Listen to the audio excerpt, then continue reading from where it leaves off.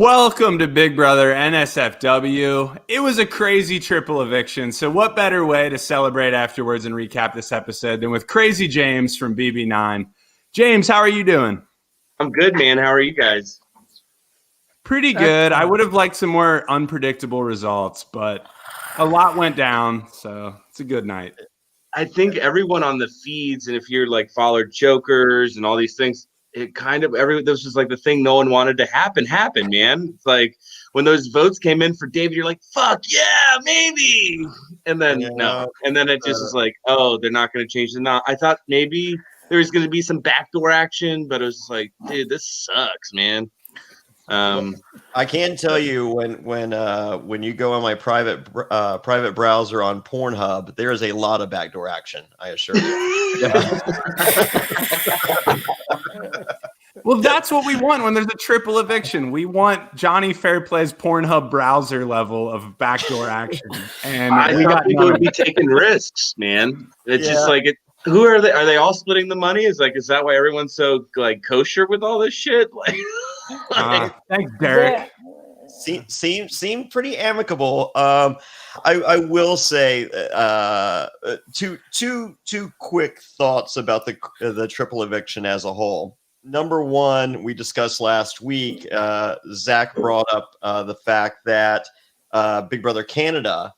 Whoops, am I there? Yeah. Okay. Big Brother Canada, the way they had done the triple eviction in the past was there was one HOH, and he that house guest nominates 3 people, and then 2 people would be evicted, which I think would have added for more excitement. And secondly, the complete production blunder of having triple eviction on the screen behind Julie completely deflated any potential surprise steam that could have been there, because it was like, and was it really necessary for fucking Dr. Will? I love Dr. Will. He's a good friend. Love him as a person. Love him as a player. But did he really need to basically give away the fact that there was going to be a triple eviction? I think he was scripted to say. I don't blame him, but yeah, I mean that's production as well. I mean, most of that stuff, especially when you're coming in as an outside guest, that's going to be scripted, right? They're not going to let you free wild. Sure, but why? I mean, everything he said is production based, and I get that, but like I didn't want production and or Dr. Will's the mouthpiece. I didn't want them knowing the potential of a triple eviction. And the fact that no one really figured it out with the exception of David. Hey guys, you think it's maybe a triple eviction? They're like, no, David, you've never really played before. They don't do that. Hey, he was starting to catch on right at the last minute. He was, man. The last couple I'm like, wow, David's maybe playing. I was like, last couple of minutes, not episodes, minutes. And he went for the money. I was like, dude, no, don't get the cash, Oh yeah. I love that decision. Yeah, I'm shocked that they went this way though, Johnny. You mentioned I thought it was going to be the BB Can model, but I think Karen threw it out there, and Karen was right that they went through with 3 HOHs, 3 vetoes. This is the full gamut. It's so much to dig into without the DRs, but that being said, I think these were all such predictable moves. We're going to have no problem breaking down what all of these people were doing. Yeah, the only thing I didn't predict was 2 hours of incredible boredom. There were many ways in which this could have been fun, and none of them happened. I thought the POV would be at least a different setup. Yeah, they did the same POV twice in a row. I was like, what are we doing again? She's like, she changed the name a little bit, and they added another walk. I was like, come on, dude. I will say this. I'm a newbie when it comes to Big Brother, so I have a little bit different perspective. Although I do think this whole season has been predictable and boring, I honestly was more entertained tonight because everything was, it was predictable, but because things were like moving faster, it's like, man, Big Brother, I was telling my wife, she's like, how long is this fucking game? I said, I think it's like 3 months. I was like, it's way too fucking long. It gets boring to me. I would fucking despise being in that house for that long.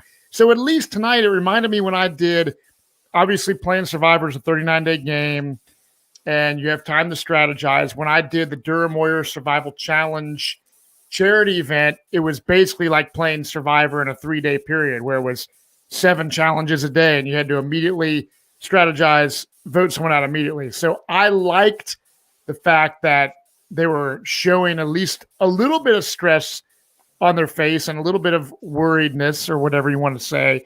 And like you're saying, James, David, I mean, as much as we've been ripping on David as a newbie and like this guy has no fucking clue what he's doing, David's no clue what he's been doing is one of the most entertaining things of the season looking back at it now. Because I'm like, well, what have we talked about? The fucking alliance that just is running the shit. What if we didn't have David, right? It would be a weird sort of like, I don't know, just the whole season itself. You got to give it up for the alliance. You got to give it up for the power of it. I've never seen an alliance like this run the whole game, and it kind of deflates the watcher. You know, it's just like, oh fuck, you know. I know. It does. And the commission shirt still available at JonnyFairplay.com. I am still one of 2, possibly 3 people that own this shirt. And don't forget, with every t-shirt purchase, you get a phone call from me, Jonny Fairplay, asking you why you ordered the commission t-shirt like I did. But still running the game. Do you guys blame David for the 10 grand choice or anything? No, I personally think it was smart too. Well, there's another element of it that they didn't put in the edit, which I found interesting. I have not seen this conversation, but I've heard from other people who I trust said that there was that conversation between David and Cody. That David told Cody, I won the 10K because I want to give it to Black Lives Matter. And Cody said, well, you better go tell everybody that because they all think you're a moron. Yeah. Mm-hmm. Right. And even Cody seemed to kind of on some level get it as to why he might have done that. And if that is true, I don't know why they left it out of the edit. In previous OTEVs, people would run and grab a shitload of questions and hide them. It didn't happen this year. No. And I was kind of shocked. Like, if you found the 10 grand, could you put it in your pocket and just wait for later? I would. You know what I mean? Or like, or at least put it in the corner. I mean, yeah, put it in the corner. I mean, like when you find it, throw it underneath your shirt so other people don't see it, and then like go to the corner to look for something. Like go to a far and it's there. But usually the hack on this one on OTEV is that you find all the questions in the first round, and then you put them in a corner, and then you just run and pick them up. Yeah. And I think it's happened in 3 seasons. The hack, and that's how you hack this comp. So I mean, for some of the Tyler knows this game pretty well. I'm surprised they didn't do that hack on this one, but. Yeah, and this is a show that tagline is expect the unexpected. And we know how to hack all the comps that are coming. And no worries. No worries. And even when there's something that we haven't done, don't worry. We'll let you know 3 days ahead of time via Dr. Will. So I want to say, the person that fucked up and put, so they're watching, and James, you could tell me like this, you're in the house. When they saw the hint that, oh my God, it's a triple eviction, was that like on the screen behind Julie that said triple eviction and they just accidentally saw that? I think so. Usually what happens up there, that screen has, what's happening on that. They have a clip of Julie that's on that screen. So they probably had her on production stage, and behind Julie was the triple eviction that they saw. So someone's ass is getting fired tonight. That's a long ass episode, though. I mean, they got through it. I think, and when you talk to guys on production who do a live show for 2 hours, that's a gnarly run. So I think they're just happy to get through that. Yeah, and they're kind of known for fuck ups. I mean, we had allegedly earlier, Julie, the button allegedly pressed for outing Christmas's final 2. The game starts with the have-nots room that they can't get into. Well, we've talked a lot about doing an off-season podcast on how to fix Big Brother, the format, and I think that's a big part of it. Do we need the live show? Does anyone care that it's live? The only argument with having but if with you're having doing it the live. feeds, Yeah, the thing is if it's live, it can't be spoiled. Like I spent this afternoon off of Twitter because there was concern that it was going to be pre-taped because they were trying to do so many competitions in such a short amount of time. And when they tape it, it always leaks. It just does. Yeah, but I mean, how many people are watching the feeds? Is it? I think it's getting less and less every year. Yeah, what are we talking about? 10,000 less and less angry every day superfans versus the whatever millions they're drawing. I don't know. Yeah. Yeah, I mean, for all the people, I mean, there's been the ongoing discussions, all season long, some of the comments by Memphis and Nicole, and I'm just like, I feel that the strong majority have no idea about any of the, they didn't show one controversial thing maybe Memphis was so controversial this entire season on the live feeds that we didn't even see him after week 1 until last week. So this guy must just be dropping all kinds of bombs across the way. But we were kept abreast of his gameplay each and every week by Julie Chen Moonves explaining to every evicted house guest that he was the reason and he controlled the 6. Well, that's also crazy. When you go into jury, they would never tell you this much stuff when you exited. Right. Like, this is the first time I've ever seen jury members get the whole, this is who the committee was, by the way. And you're just like, what? You're going to just lay it all out? Yeah. And Derek and Dan talked before, and they did, and they said that. Oh, I wish. It's just, it's a weird thing. I think you're totally right. The game needs to be reformatted for sure. It's just, I feel like there's a lot more. I think these contests have been played out, and so I think there's a lot more creativity that can go into the game and make it exciting again. And also live feeds. We had Big Brother After Dark. That was gnarly on Showtime for a while. Always fun. Always. Yeah. I mean, I remember watching you guys like your season and the 2 before. I'm watching Big Brother After Dark, and it would be so funny. It would begin at midnight. And they would start at midnight, and you guys would be in the house, and they're just like, okay, I'm guessing about 4 minutes we're going live. We're going to do some crazy shit. And I'm just like, we're seeing the pregame. How cool is this? Well, they'd get us. I mean, we had moments where they would get you pretty.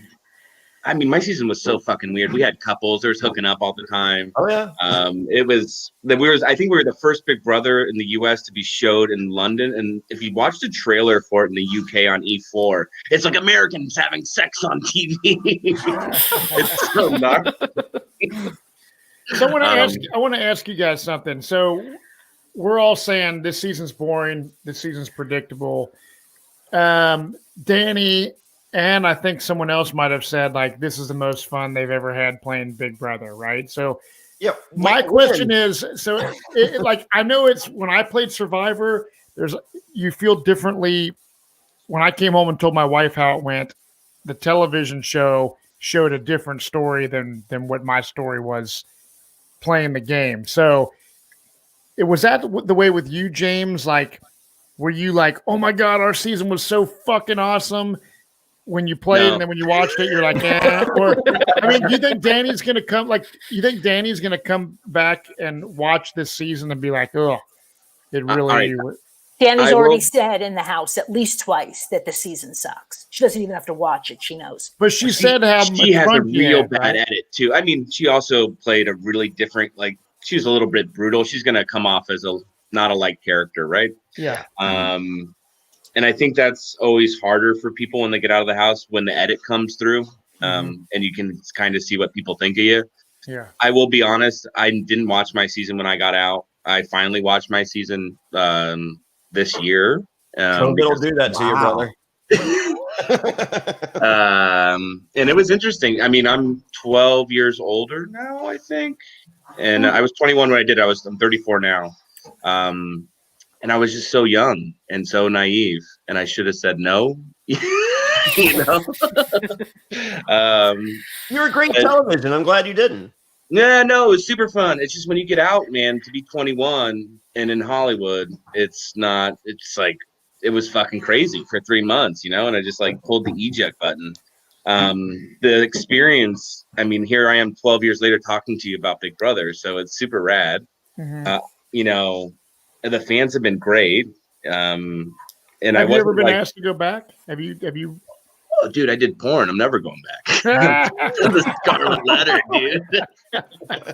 Also, his season is one of those that they want to pretend never happened. Nobody from BB9 is ever going to come back, I don't think. But why did you not watch your show? I think I had a lot of. I wasn't comfortable with, you know, as I look back on it, like when I got out, I wasn't comfortable with like what it did to me post show. Like I was 21, I had this false idea of like reality fame, right? For 3 months, I blew all my money. I met a girl in Vegas, and we moved to fucking Paris on a coin flip to get out of the US. I just kind of broke, you know, it kind of messed with my head super hard, and I was homeless before going on the show. So it was just like a complete mind fuck for me. Wow.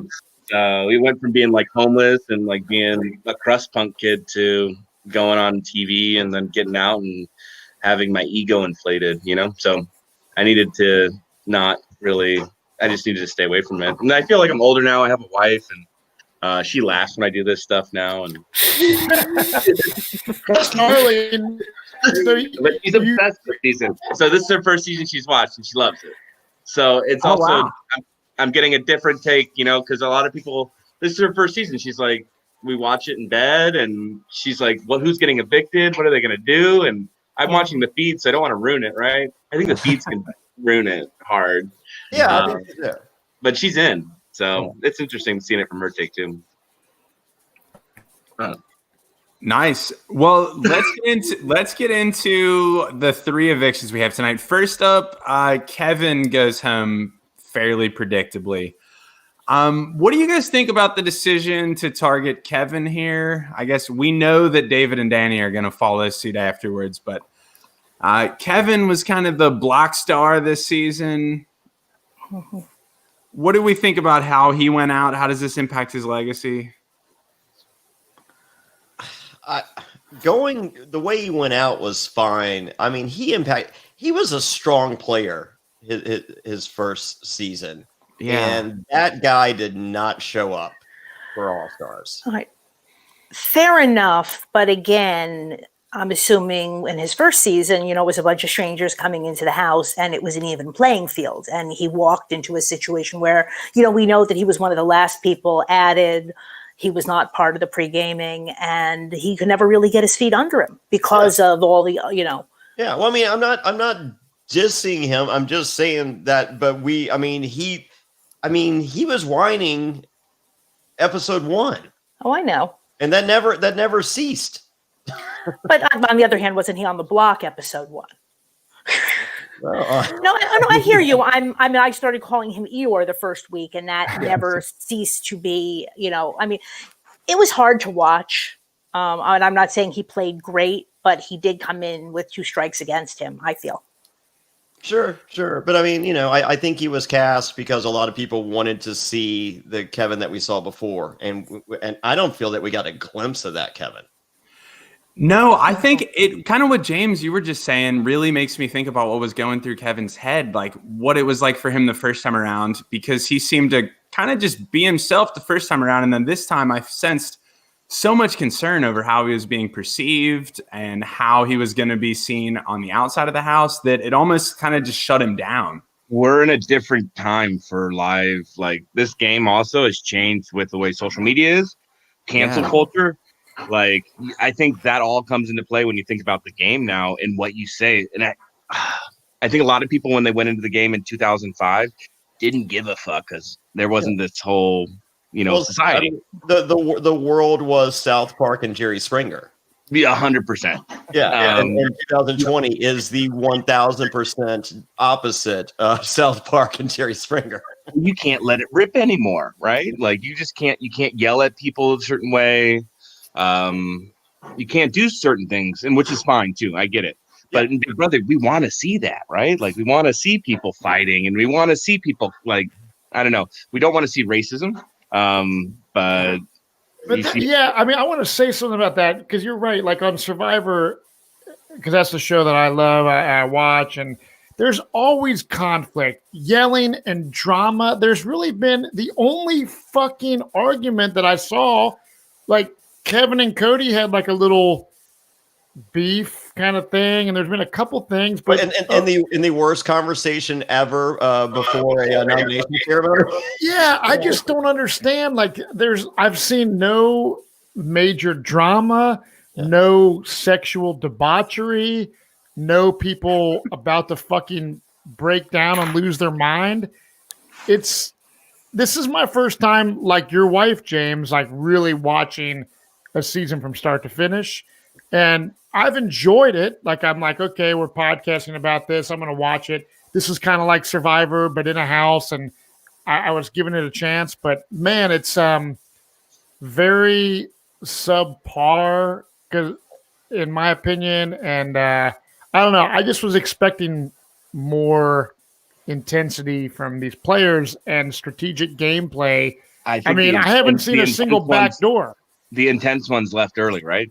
Yeah. Like if you kept Janelle in there, if you kept Ian in there a little bit longer. Also, I don't like that Ian went slow in this game. And like he was like, I'm going to play dumb. I'm like, why would you do that? Like, just fucking go out hard and like start. No one's going to buy that, Ian. You're Ian. Yeah, we know you're smart.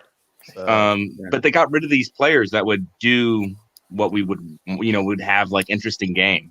And we got left with what we have now, which is, it is what it is. And a problem with the returning season is a lot of these people on their initial seasons met someone, fell in love, started lives. So them, fucking on their first season, they're coming in without that significant other, and so they're not fucking. Also, well, you have Princess Tuggy though. We do. So. Who did no fucking? Who did no fucking? But she never did fucking. She always tugged. Yeah, always tugged. So, but for those house guests that did not find their significant other in the house, they found 10 years since the last time they played, in which they found someone outside the house to start a life with. So I mean, like, I don't think did anyone enter the house single. David. Enzo's single, I think. And Enzo, was Devon single too? She might be. Yeah, I thought Devon and Enzo were single. Okay. Yeah, Enzo's talked about being horny extensively. So yeah, one thing I did like, I like Kevin's like exit interview with Julie, and when he realized that some of the deep shit that he got into, just conversation about what's going on in the world and about all those serious issues. He truly was emotional that shit got shown. Mhm. So that was a moment where I like kind of had a little tear, like feeling his emotion through that deal. And I did enjoy that. And I'm glad that I think when he gets out of this game, that is going to be something that he takes with him and that he can move on with his life, knowing that at least that shit got shown on TV, even though, his gameplay, which was kind of non-existent, he didn't really have gameplay. And I never saw him his first time around. I'm hearing you guys say, oh, we're not seeing the same Kevin. I was hoping, dude, to see a great Kobe Archer from Survivor type strategic player, and I didn't see that this time. He was that guy his first go round. Yeah. I mean, but I will say this: Kevin's post-eviction conversation with Julie Chen Moonves was probably my favorite all season. No contest. Yeah. And I do hope that he made enough money to be able to adopt, because he said that was his goal. Yeah. So well, I think also with the show, you meet people that I don't know how it is with Survivor, just certain people want to help you. Like, they just want to connect you. And even like years after, they're like, oh my God, I know someone who can help you and whatnot. I think he's going to be taken care of. I think someone will help him figure out what he needs and get that done. So sure. I think, in a season with not many role models, I think he emerged at the top of the class in that aspect. I will say this: I was looking at we had Andy on a few weeks ago, and Andy had tweeted, he was like, "Hey, not really watching a lot of the live feeds of this season. Is there any like real stuff that I'm missing?" And people were just like, were there like just real impactful conversations, and they're just like, pretty much. We got the best of. The only thing we missed was, I guess, Christmas never mentions her kid. And if you'd like to have a conversation with Christmas, she will talk CrossFit and nutrition with you. And and apparently Cody talks dumb for the DR because he knows that will get him more airtime. And more airtime leads to more followers on social media, which means more money being an influencer. Let me ask you this when we're speaking about Cody. Is that fucking guy serious when he didn't know the word Kentuckian, Ohioan? Are you a New Jerseyan? Is he that fucking dumb? He seems to be that dumb. He really is that dumb. I mean, Zingbot said that like he had an IQ of 10. Yeah. I mean, he speaks well in his like confessional little diary room things. I mean, I don't like the guy.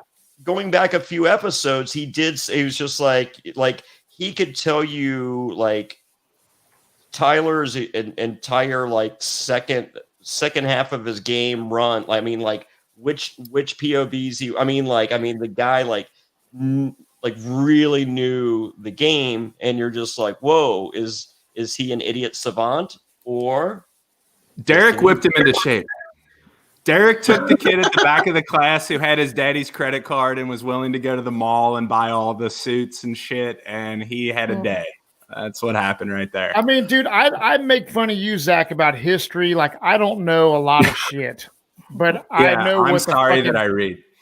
But I mean, like you never heard Texan or Californian? That's like, ridiculous. Yeah. That is fucking hard to fucking believe that you're that dumb. You know what I mean? Anyways. Another thing, just before we move on from Kevin, Matt, you talked about, just kind of how impactful that was, his final words with Julie.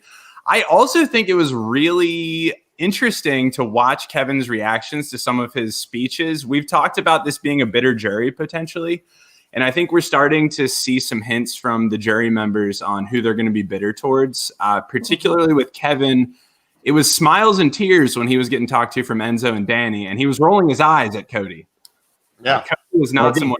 Danny's going to sour the whole thing for Cody. She's dropping some napalm. I feel like Julie really, really wanted to tell her that Cody has not been with her pretty much from the beginning. Yeah. Yeah, and I don't understand that. I mean, because like if you pay attention to any of the live feeds, like Danny is 1000% correct. They spent every night together and talking. I mean, to the point where, I mean, if you like this past Sunday night's episode, I mean, they were looking longingly at one another. It was like almost, well, I mean, I don't say it's uncomfortable because, I mean, it's a good look, but yeah. Hey, Dominic might listen to this. Watch out. Yeah. Well, Yeah. I mean, And Cody's just flirty. I mean, I didn't really think anything of that. He did that with the other married girl, right? In his Christine, season. yeah. Yeah. So this is not a new thing. This is this is his MO. And it's not nothing new for Danielle. I mean, Danielle, the last time she played, she was dating Mikey B from Survivor when she went into the house, and Mikey B had never seen Big Brother, and so he's just like he starts watching, and he was just like, "This is kind of like Survivor." I was like, "Yeah," and he was like, "What's this live feeds thing?" I was just like, "It's just like Survivor. I mean, it's just like it's Big Brother, except you get to see it like in real time." He's like, "Cool," and then he's just like. So, like, is Danny, like, good at Big Brother? And I'm just like, yeah, I have her upper tier. And he goes, she's really convincing talking to this Dominic kid. Yep. She did that in her first season also. She came in with a boyfriend. She'd been with for a few years, and Evil Dick clearly liked him, and she met somebody, and, you know. Nick Starsvik. Yeah. Right, met Nick, right. So I'm like, so no, this is nothing new for everyone involved. No. Well, Kevin goes home, and guess what? It's the HOH competition we've all been waiting for. We were praying for maybe David to pull this out. Memphis. Yeah. Matt and Johnny, your boy, Memphis, the sushi king of Florida, comes through with the HOH. Oh, man. And boy, did he need it, because Yeah. for those of you that haven't been paying attention, he has controlled every vote and the committee I'm saying that, like, once again, I'm happy for a friend, but I like as a viewer, I'm just like, I think this is the worst thing that could happen. Yeah, right. For about 2 seconds, I thought, is he actually going to blow this game open? And it's like, no, he's been wanting David out since the second week, and that's what he wanted, and that's what he got. And boy, was he happy to do it. I know. He said it. Once he said it, you're just kind of like, ugh. On the live show, he's like, I just trying to get him out since the second week. I was like, dude, you could have been going after some major players, Right, man. exactly. Not fucking Yeah. the new kid. Especially if they did pick up at some point that it is the triple. That's the time to blow the game open. And even now, nobody is willing to do it. No, we'll get to. I think the next. I think the big move could. I mean, Memphis is so secure. I mean, like, no one's saying his name. So I don't think it was the right move for Memphis. If anyone else had won that first HOH, yes, it was the move. But for Memphis, that was the correct move for Memphis. But that competition, like, this is a reason why I don't necessarily love Big Brother, because, like, if I were, like, say they did this same challenge on Survivor, and they're just like, hey, how many times did Rupert go, "Arr"? like I would keep spinning my box. I'm like, which side says go fuck yourself? Because like really, how many times did he fucking wink? Go fuck yourself. Like, really, they do a similar challenge every season. And I'm just like, oh, please stop. I mean, I get it. You're looking for something fast, but it's just like, what color? I mean, like, what word did I say first? And I'm like, oh, shut up. I would rather they made it a true crapshoot and just roll a 6-sided die. And Yeah, that'd whoever's be number, great. go for it. Yeah. Sure. So, or play Plinko or what? I don't anything. Yeah. I saw somebody, I don't know who said it, but somebody said on Twitter earlier today that they were hoping for, like, the black and white rocks, Sure. from Survivor. That would have worked. It would have been more interesting than what we got. I hate this challenge. I mean, as if the first challenge wasn't bad. I mean, because the first challenge, they're drawing from not one, but 2 10-second video clips. It's like, okay. And then, the follow-up challenge is just like, what word did I say before the other 12 minutes ago? It's like, I don't care. I don't. I will say, I've played this game. I think in my season, I played it twice. When you're in that cube and you don't know and you can't see who's getting evicted, it's so intense. Like, if you actually start making it and you're like getting rounds, and I think I've run a couple vetoes this way too. The energy is like, oh my God, I might fucking get it. I might fucking, and then you don't. Like what Nicole looked like when she had her head like that. It's like, oh. She looked like she was just like so stressed. It's such a bummer that, like, as a player, it's like, oh fuck, man. Yeah. And Nicole seems so like when they announced the chat, they're just like, we're gonna be talking about the, looking at Dr. Will, and Nicole's just like, I stared the fuck out of Dr. Will. And Memphis is just like, I wasn't even paying attention. Well, Nicole was wondering who sponsored his makeup and how she could get them on her brand. Well, you know what? She does have some openings. Yep. No, we do have to acknowledge had that many sponsors, by the way. Yeah. Was that? I'm surprised she had that many. Like Satoshi, Saint Michelle, Olay. I was like, what the fuck? Like, Doesn't matter. They're all gone now. They're all gone. Most of them anyway. Now there's Adam and Eve and who makes the hot octopus. I think will be available. I'll talk to my good friends at Blue Chew and see if you can hook her up. No, you're good. I was just going to say, we do have to acknowledge this is the first time she's touched the block, and she is a former winner. I mean, most of these shows, whether it's Big Brother or Survivor, the All-Star seasons become a witch hunt for the winners. And Nicole is just now touching the block twice tonight, and they choose not to evict her twice. I was stunned both times. Yeah, unless that just means that they know she can't win anything. She can't win anything. She's not. I mean, like her only two allies in the house were Danny and Christmas, and as we saw, Christmas wasn't really her ally. Yeah, I mean, she looks like a fairly likable alternative to some of these other folks, though. I feel like to the jury members. We'll see. She's next. Yeah, I mean, look, if she can pull it off, I feel like it is very, very hard to win as a second time as a winner. If she pulls that off, then I will have to give her credit. Yeah, but she's next out.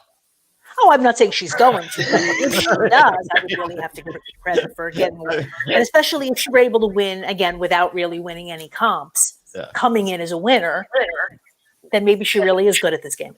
Well, I mean, like the committee, she was the bottom of the rung on the committee alliance, and then the people outside the committee, they don't like her either. So I don't really see inroads working out for Princess Tiggy. I don't think she gets there. I don't see her getting there. I see her as the next. Like if we all the options that they're doing they're foreseen, right? So I think next Nicole goes, right? And then we can say who's next on that bottom rung.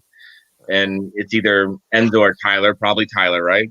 And then you got the final, get the guy 3. And you can just convert one of those out with Enzo if he makes it. But I feel like Enzo is too buddy with everyone. You probably wouldn't want to take him to a final 2, right? So, well, I don't think you want to take him to the final 2. I think everyone there likes him, but from everything we've seen, everyone thinks they can beat him, and I think they're all wrong. And I hope they continue to think that. Yeah, I think Memphis, Cody, and Christmas are all foolish enough to take Enzo. Yeah, and they'd all lose. Yeah, 100%. You think Cody would lose also? The other 2 would clearly lose. I'm not so sure about Cody. Yeah, I think this is going to be a bitter jury against Cody. I don't see a whole lot of votes going his way, no matter who he's with at the end. I think Danny's definitely going to poison the well too. Yeah, I think Cody has all of Memphis's blood on his hands. Well, I mean, there's something to be said though for Memphis. When Memphis is making nominations, he walks out and says, "Boom, fuck you, boom, fuck you."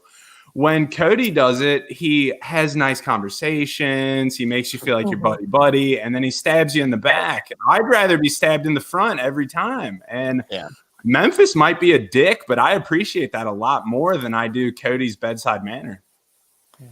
Yeah, I don't think that's anything new for Memphis, though.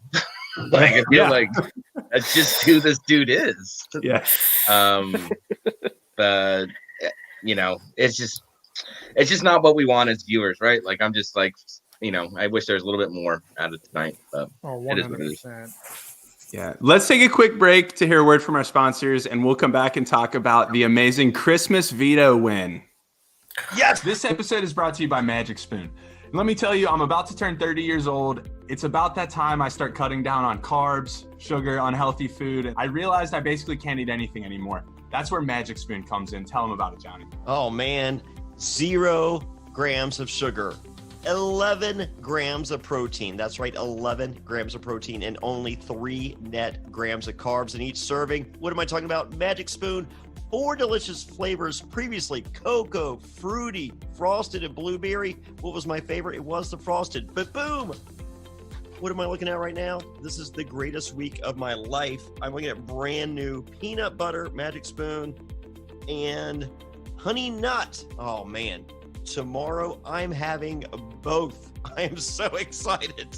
I'm breaking all the rules. You heard me correct. 0 grams of sugar, 11 grams of protein, only 3 net grams of carbs in each serving. It's keto friendly, gluten free, grain free, soy free, low carb, and GMO free, and taste amazing. The most important part, honestly, too good to be true. You can join me, be like just me, try those new flavors as well. Where do they go, Zach? Go to magicspoon.com/survivor to grab a variety pack and try it today. Be sure to use our promo code SURVIVOR at checkout to get free shipping. And Magic Spoon is so confident in this product, it's backed with a 100% happiness guarantee. So if you don't like it for any reason, they'll refund your money. No questions asked, but you're going to like it. That's magicspoon.com/survivor and use the code SURVIVOR for free shipping. We thank Magic Spoon for sponsoring this podcast.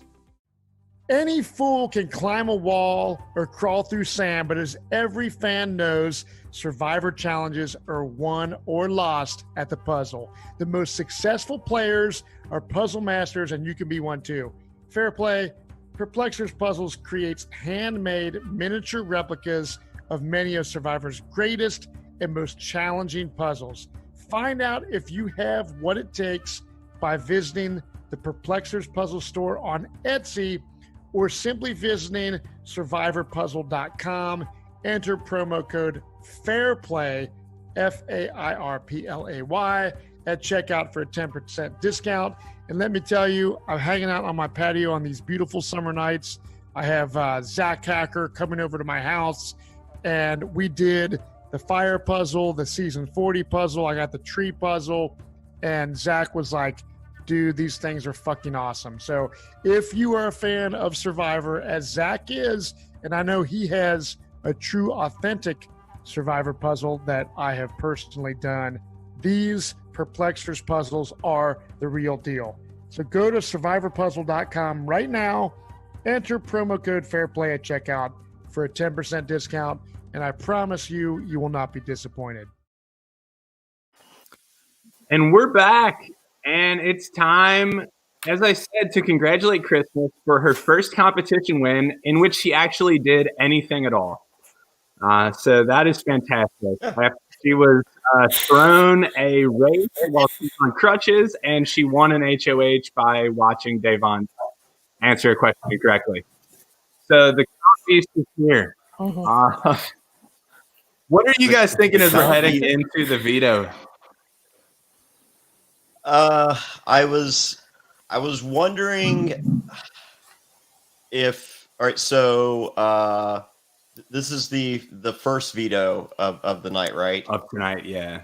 Yeah. I imagined everything staying the same. I didn't whatever Memphis wanted was going to happen. I think it was obvious he wanted David. So I felt like that one was anticlimactic. So with anyone but David winning was it was the story had already been written.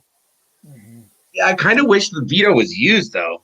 I feel like that would be prime time to like boot the Memphis out of the house, right? Like I think the move was on the next one. And we'll get there. I think that was the time for the big move. As I said, Memphis has his house in order. So, but I think there was a little wiggle room on our next HOH. Yeah, somehow even in a double, which I get that like now in the wake of a triple, a double is nothing to really get upset about. But I mean, a double eviction is normally a big deal. And as soon as Memphis wins, no one's freaking out. Everyone's kind of demeanor just shifts like, okay, well, we know where he's going. Yeah, no one even walked up to high five. No one even did the, can we please talk? It was just like, well, Memphis has already written the next 8 episodes. So, yeah. This we have to go to bed at 8 p.m. again. We can't use the shower. God damn it. Because Grandpa Memphis doesn't like when people talk. I did like that Grandpa Memphis shaved and cut his hair, it appears, and looked years younger. Yeah. But he's the first one awake too, and the first one to go to bed. He is the first one awake. I did a Celebrity Family Feud. We did a Survivor deal, and one of the questions was, what time does the farmer wake up? And the someone said 9 p.m. or 9 a.m. And then the tool time guy that was the host, he's like, half the day's over at 9 a.m. What are you doing? I just imagine Grandpa Memphis would have been like, he's right. I just don't know how they're doing. Like, they don't get a lot of backyard this season because of the wall yellers. So to be in the kitchen at 7 o'clock in the morning by yourself, I'd fucking want to shoot myself in the face because you can hear the cameras and you can hear like people following you as you're sitting there. So it's not like completely quiet. You can hear people cough and like it's kind of weird to be up and just hanging out, creeping. Oh God. Yeah, that's awful. Yeah, this season's really been the battle of Derek versus the wall yellers. Who's gonna win that? How's that working out so far? Yeah, we roll into the eviction, and this is the point where Julie has stressed to the viewers like 6 or 7 times, we're going to keep it a secret. It's just between us. We're the ones who know about the triple eviction. It's all dramatic irony. We're going to spring it on them. And then you hear Cody go, does that say triple eviction? What's that?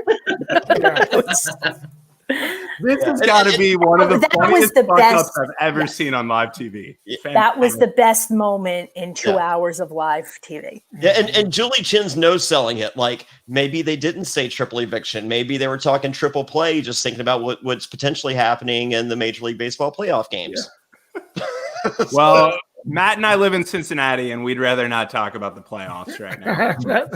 It's another embarrassing year. Yeah, it kind of made me wonder, like, how many crazy graphics could they throw up in the background just to fuck with them, like, after this ended? Like, how quick can they make a quadruple eviction graphic and throw it up there? No, like, it seemed like Julie was in a really good mood tonight, but she just gave some look like, you have one fucking job. So this is the first time they've ever done that. Is that correct? On American Big Brother, the first time there's been a triple. Yes. So the fact that they did, like you said, Dr. Will kind of gave the hint that he shouldn't. I know production told him to do that, but I think that was unnecessary. I think to completely blindside him, like Johnny, when we watch Survivor and someone finds an idol and then someone finds an idol nullifier, and at Tribal Council, no one fucking knows. And bam, the idol nullifier is fucking played. Someone goes home. They're like, oh my fucking God. Yeah. That is the kind of moment we are wanting here as viewers watching Big Brother. That's a television moment. Yeah. And they fucking ruined the television moment. First time ever. And they fucking blared it behind Julie. First time ever. Let's give a fucking hint, which is ridiculously unnecessary. Yeah. Well, the hint, I think they might have, at least the hint got them to start playing a little bit. I mean, maybe I'm trying to defend the indefensible hint. I would have rather them being caught with their pants down. I think probably better to have a few more days of really, really boring feeds and watching people sleep and then actually really pouncing. Yeah, you're right. It probably would have been better. They've already refunded enough feeds that they're whoever's left is fucking left. Oh yeah, I just missed. I was going to cancel feeds, but it's October 1st, so I guess I'm stuck with it now. Yeah. Ouch. That's how bored I am. I'm just so bored. Yeah, we get to the eviction, and I did like David. Again, I think he was learning a bit at the end. He co-opted Tyler's like rhyme scheme for the end. Rookie wants to stay. Rookie wants to play. Yeah, he learned some of the technical terms of Big Brother that he didn't know. Potentially still a week ago. So that was good. Oh man, I was happy he brought up Nicole as a previous winner too. Previous winner said the word shield, which I think he just learned. That was good. Well, James, how much money? So he's got the 10 grand from that competition. 45. How much money is he going to walk away with? You think? Well, this year they're paying these people pretty good. Yeah, 45 just for showing up. Yeah, and then you get the jury money too. Right, if you make it to jury. Right. It's $1,000 a week for all the time you're in the house. So that's another 15 grand or so, or more. Well, I'm assuming are they also getting it for the time they're in sequester? So I mean, is he making 50, 60 grand from right? From this everybody who makes jury is making at least like 52, something like that. And then with the 10 that he has, right? And then if he wins America's Favorite Player, which he won't, but I mean, you could potentially walk out with $75,000, right? If you're he's stoked. He had to know with these legends that he's not gonna. Well, some of them are legends. You made $75,000 in a pandemic in 3 months, dude. That's awesome. I know. Congratulations. Yeah, totally. You should be proud of that and never go back and watch this season. Just let it go. He probably won't. So that's okay. If history repeats itself. But do you think he's good? Do you think he was truly, you mentioned, Karen, he's going to give away the 10K to Black Lives Matter. That's what that's what I've heard secondhand, that is what he said. I've read a lot of the feed synopsis, and basically he was explaining that, like, he told himself going in, whatever money that he's paid, that's his. Mm-hmm. If he were to win any additional money in the house, that was all going to charity. Well, props to him. Let's see if because Jonny Fairplay would not be giving money to charity. Jonny Fairplay would be like, I think I do pretty good for charity. Yeah, I'm in the top 10 on Hearts. Well, I know that. I'm talking outside the game. We all raise money for charity events, but I'm saying money like if you win a fucking Jonny Fairplay wins a Jeep Wrangler. You're not gonna fucking give that to your fucking grandma. I think also Black Lives Matter is to certain, like, when Tyler brought up Black Lives Matter and he wanted to self-evict, I wish they would have let him do that. Like, if you really want to do that, do it, man. You want to make a statement? Make that statement. But he was co-opting it like he was leaving to go see Angela, and on his way out, he figured he would co-opt it. I mean, there's how it appeared. With this move, if David's really going to say he's going to do that, he should really do that, right? Like, I'm envisioning tonight, like an hour from now, he goes to the jury house, and he gets out of the car before he says that, he goes to Devon and he says, I gave $10,000 to Black Lives Matter.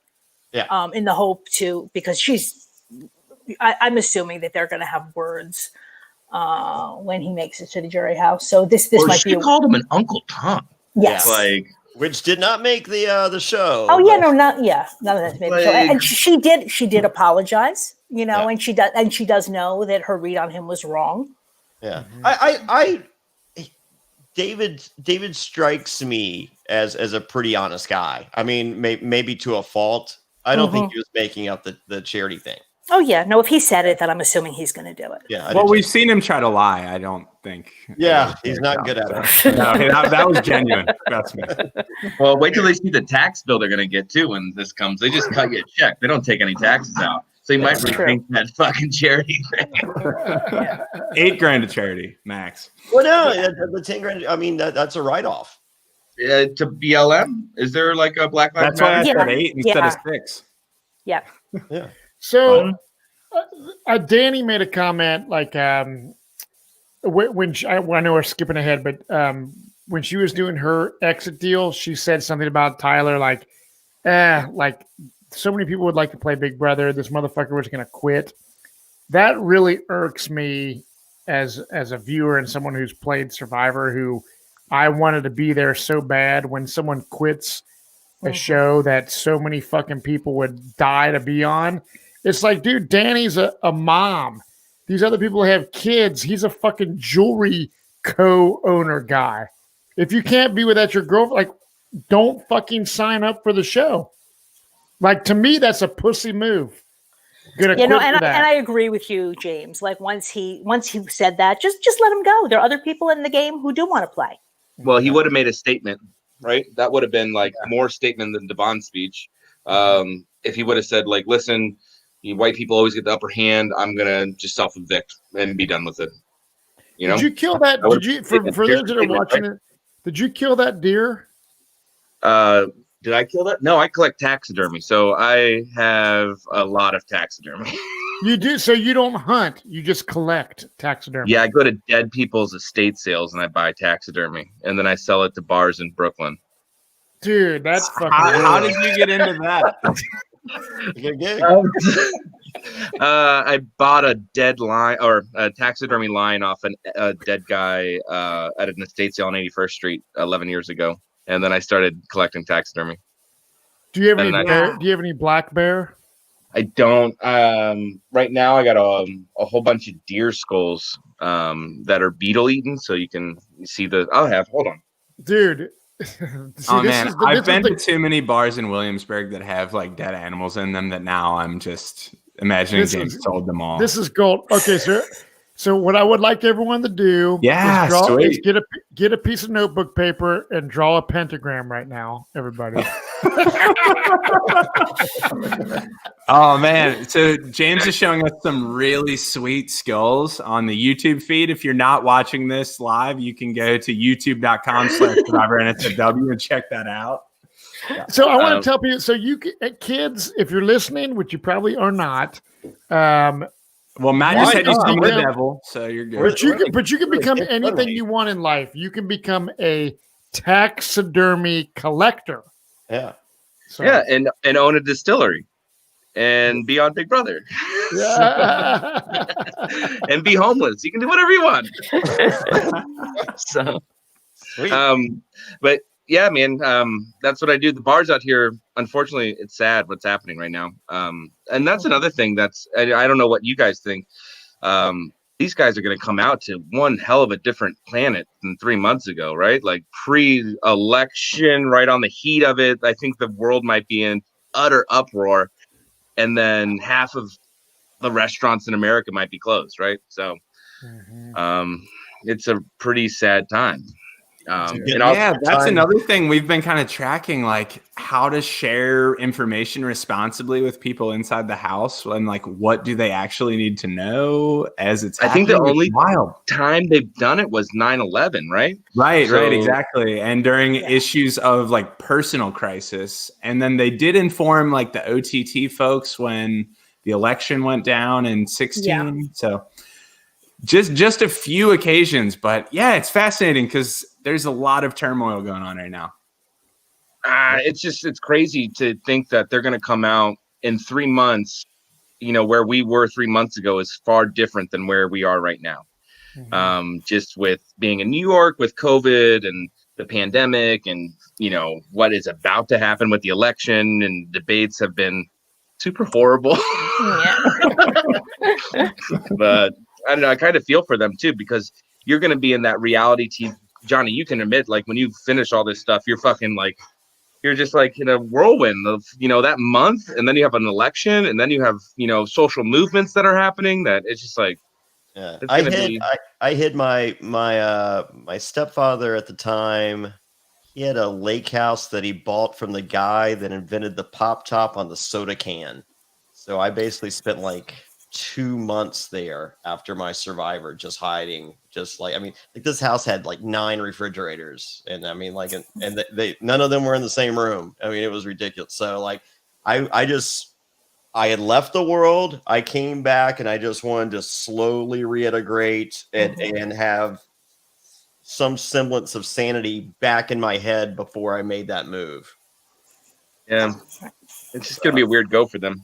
Yeah, now is not the time to reintegrate into society. Yeah. On the other hand, given what's going on in the world, you know, maybe just being locked up in a house playing a game is the healthiest reaction to this. Yeah, I just want to be locked up again. Family, you know, That's people true. With kids though. I couldn't imagine doing that. But. Yeah. Well, just where did we stand with the episode though? We didn't finish it though. No, not at all. But let's keep going. All the people who knew we're gonna go home went home. That's what happened. Yeah, we're not there yet. We're not there. No, we have to shit on Enzo a little bit, because Enzo for fucking weeks has been saying on the episode, on the live feeds, everywhere Enzo talks, big moves, big moves, big moves. He should go on Survivor. He should call up Jeff Probst, Enzo. He will love that shit. And then Enzo has the opportunity to send home a former winner or a rookie. And Enzo makes the deciding vote to keep Nicole and to send David walking. There was a pause in the diary room. Did you see that? There was a pause right there. He didn't go in immediately, right? Yeah. So I think he asked. It seems as though, based on follow-up conversation, because we saw a Christmas vote for Nicole, who Nicole has been feeding Christmas info for weeks now.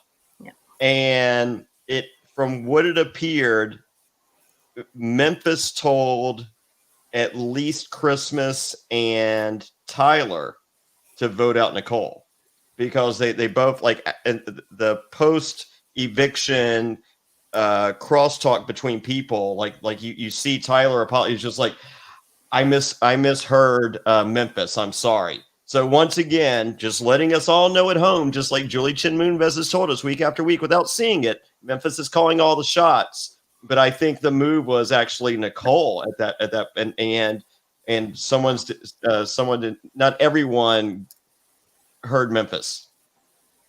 All right. Wow. Yes.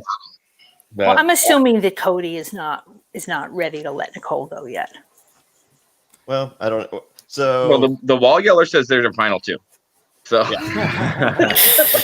I mean, I do think it was in everyone's best interest, except for Cody and Danny, to get rid of Nicole there, and they didn't do it.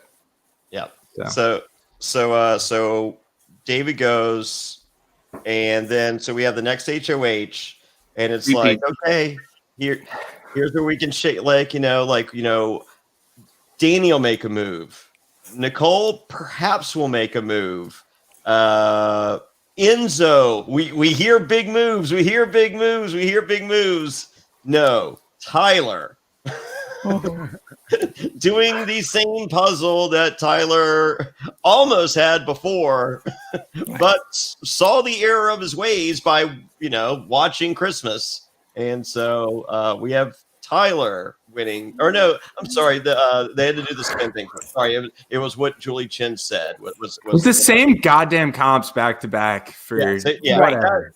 Yeah. Okay. So Tyler wins the spin around thing. And so he nominates. Well, first we see, Danny saying, "Hey, we were," and he goes, "We're good." And then we see Nicole saying, "Hey, I was," and he goes, "I know, we're good." And then, of course, as if you've been paying attention at all, because Memphis has talked down to them, it appears as though all the guys have talked down to them. The girls are on the lower tier of this six man alliance, and. Who of the committee goes up even before someone not even in the committee? Who goes up? The two girls. And it's like, okay. And I'm like, here's the time to make a move. Tyler, you're like, Cody will come after you, but Tyler is Cody's only direct competition for these competitions. Only direct competition. If it's something remotely physical, it's going to come down to the two of them. So I see Cody going after Tyler, sometime soon. So, and Tyler, who appears to be really good at this game, I can't imagine that he doesn't see this. And so I was like, okay, the move is nominate Danny and Nicole. Possibly the two worst physical competitors going into this POV. And two people you're already on the outs with, because Danny nominated you and you swung at Nicole and missed. So So you have them up. If they're reusing the POV from earlier in the evening, which they did, they're going to be in the bottom tier there. So you go, you win the POV, and I think right there is where you make your move for Cody, and I just but does Cody go? And then let's count the votes, because that's the thing. I don't think that he would have gone. So who's voting at that point? So I think he does have the votes. Okay. I think you make the pitch. It's just like, look, this guy. You know how physically dominating he is. You know what he can do. He just came off an HOH. Now's the time. Let's pull the trigger. You guys want any shot at this? Nicole, you ain't winning anything. Danny, you ain't now's our time to get rid of a challenge beast. And then you only got one left, and that's me. Yeah, I mean, Tyler would pull Christmas. He could. Christmas. Yeah, I mean, I guess. Enzo, maybe. Enzo definitely Memphis. Memphis would definitely do it. Yeah, it doesn't really make sense. I don't think Nicole would have gone for it. And even Danny. I mean, Danny thinks that they're tight at this, even I think at this point. So I don't know. I would have loved to have seen it. The big thing that stood out for me too, that would have been an awesome move. I was also so questioning Danny's campaigning. Danny was sitting there saying, "I'm not coming after you. I'm not coming after you." But again, being pretty vague in these conversations. If you're not coming after Tyler, you're going to need to sell pretty hard who you are coming after.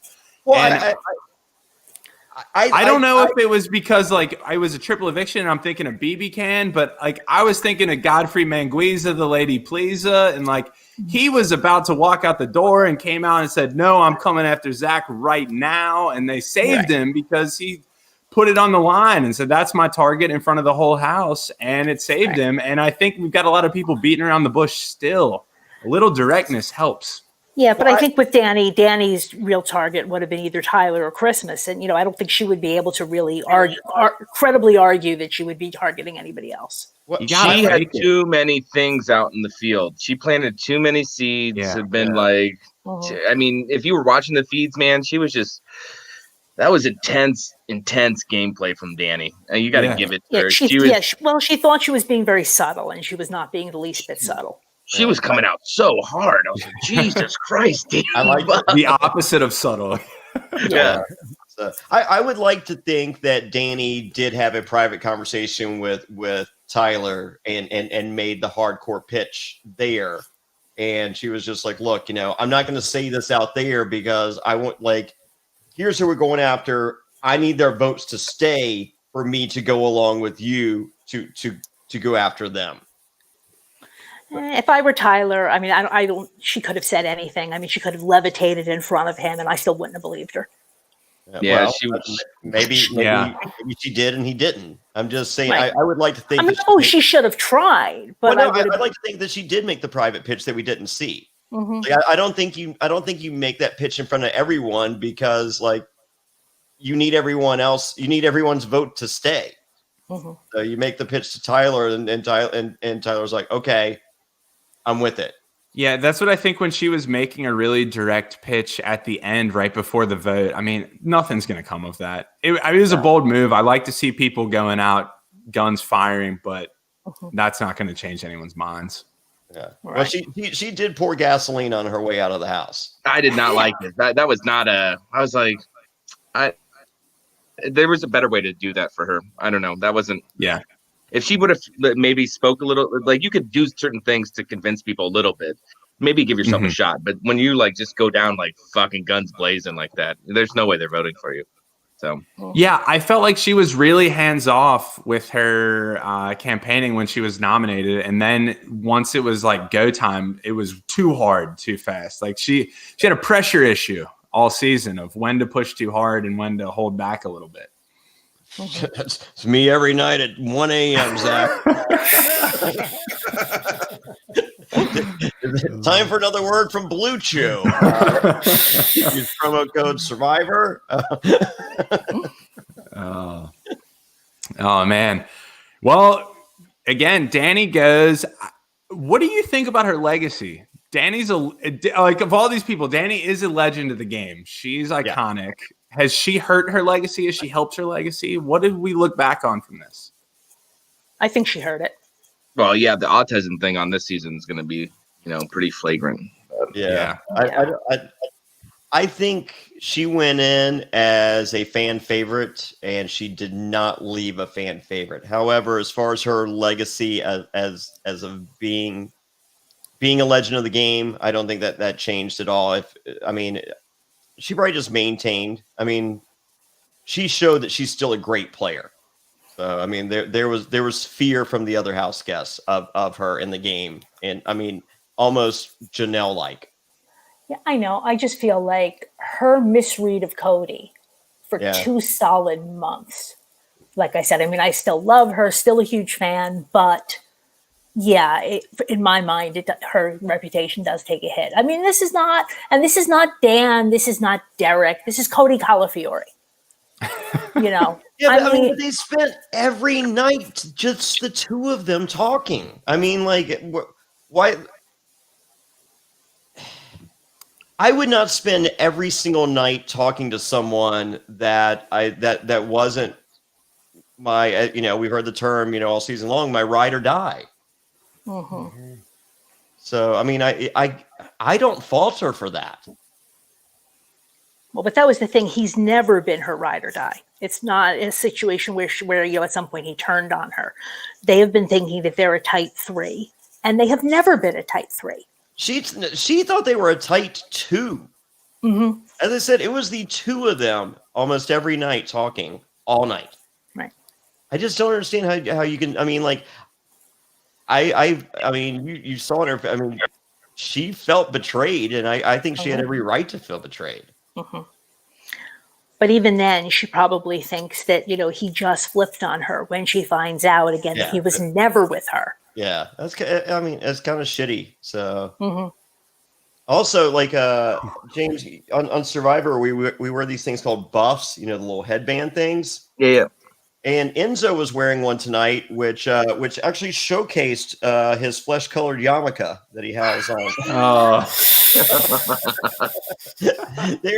For those of you that don't know, there are multiple ways to wear the buff, and I would love to show Enzo, I don't know, 48 other ways that would be better suited for his current hairstyle. He was the last person I expected to see on All Stars, by the way. Yeah. Thank God he's there, though. Can you imagine the season without him? 100%. I know Enzo. We do the New York premiere parties with Adam Pock. That is probably one of my favorite people to smoke Newports with outside and just hang out. Which also is no one's smoking on the season. Like, oh yeah, what is up with really that? weird, right? Ian smokes, I know that. Yeah. Enzo smokes. Janelle used to smoke, but you don't see. Danny used to smoke at least, yeah. Well, I'm sure she would love a cigarette right now, but no one's smoking. I don't know if they've 86 in the contract now, like that you cannot smoke in Big Brother. Probably, I mean, because it was a big deal at the end of last year on Netflix. It's this program has nudity, rape, drugs, and cigarettes. like cigarettes, it's right there with the rape as far as a warning to viewers. Like it's that big a deal, and and if Netflix, who is known for Netflixing and chilling, if they're anti-smoking to that degree, you have to imagine that major networks are right there with them. Well, it's also it's good that if nobody came into the house as a smoker, if that's true, because like you said, there have been so many days, many, many more even than normal, where they don't have access to the backyard. Yeah, that confirms I'm never going on Big Brother. I don't see all right fucking there. I don't think I think they have to move lots or do something. You can't have the wall yeller thing like this. Yeah, build the Big Brother house in the middle of the desert or something. There's got to be a way to stop this. That lot that it's on is big. It's right by Gilligan's Island. You can move that into the inside of the lot, but the way that they're getting these crystal clear comments across the wall are pretty incredible. You hear the whole thing. Road's just right there. You have America's favorite player could be the wall yeller, and then it could be someone, Well, it's been one of these seasons. But. Well, for the record, my good friend Memphis, he likes to go into his front yard and he yells and holds up his fist daily. Are you really friendly with Memphis, Johnny? Yeah.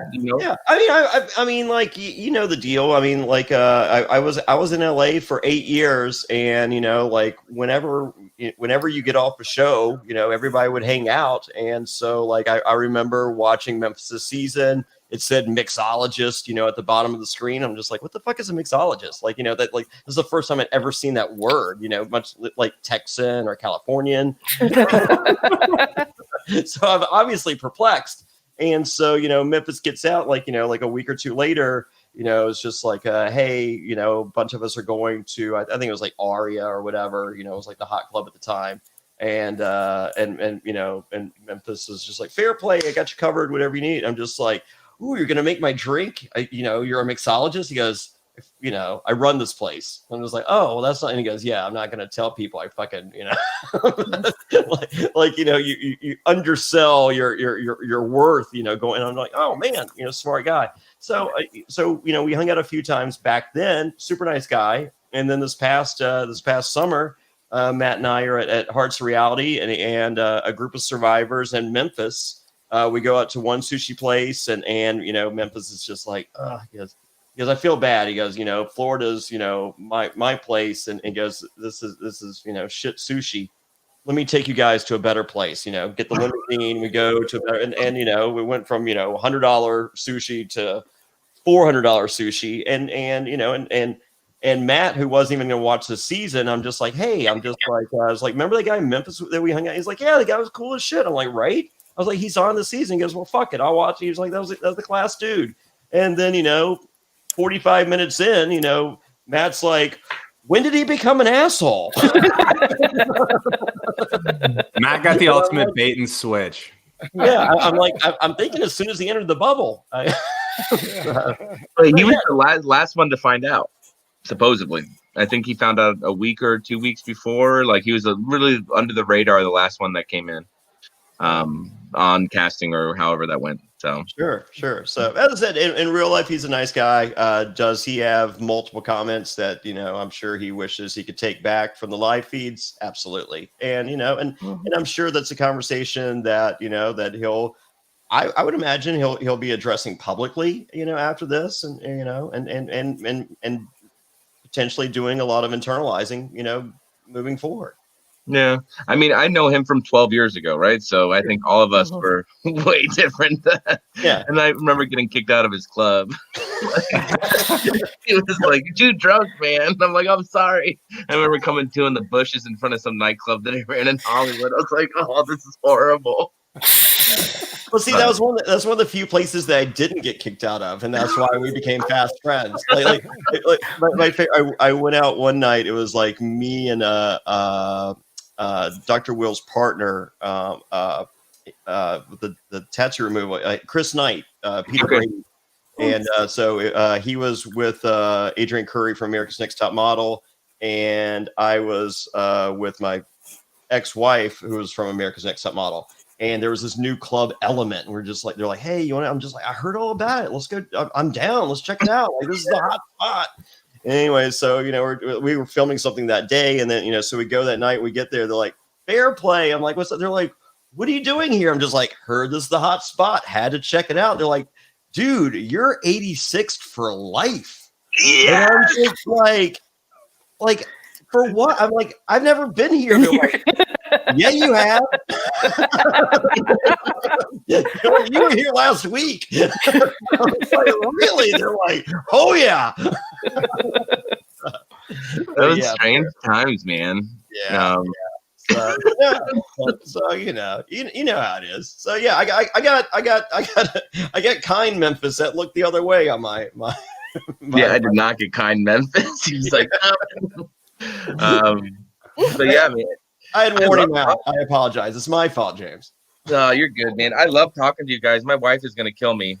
Mine too, but I don't have one. So before we let you go, James, where can they find you on the social media?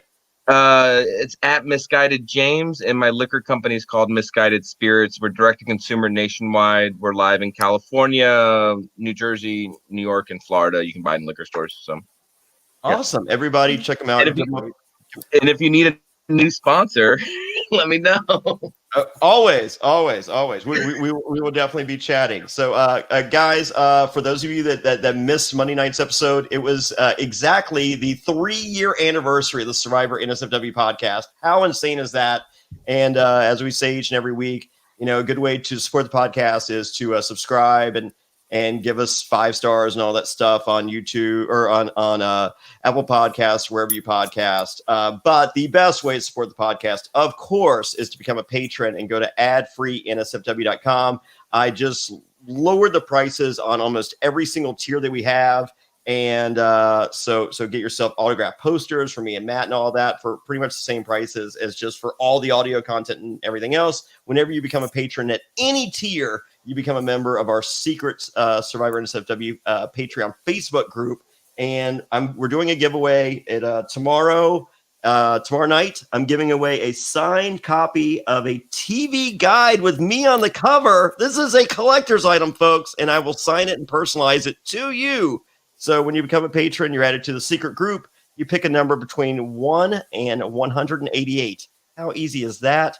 Closest to the number gets the signed copy. I'm doing the giveaway tomorrow night. So go right now to adfreeNSFW.com. Join at any tier, and you could be in the running to win an autographed copy. We're also giving stuff away every single week for the month of October to celebrate the 3-year anniversary of Survivor NSFW.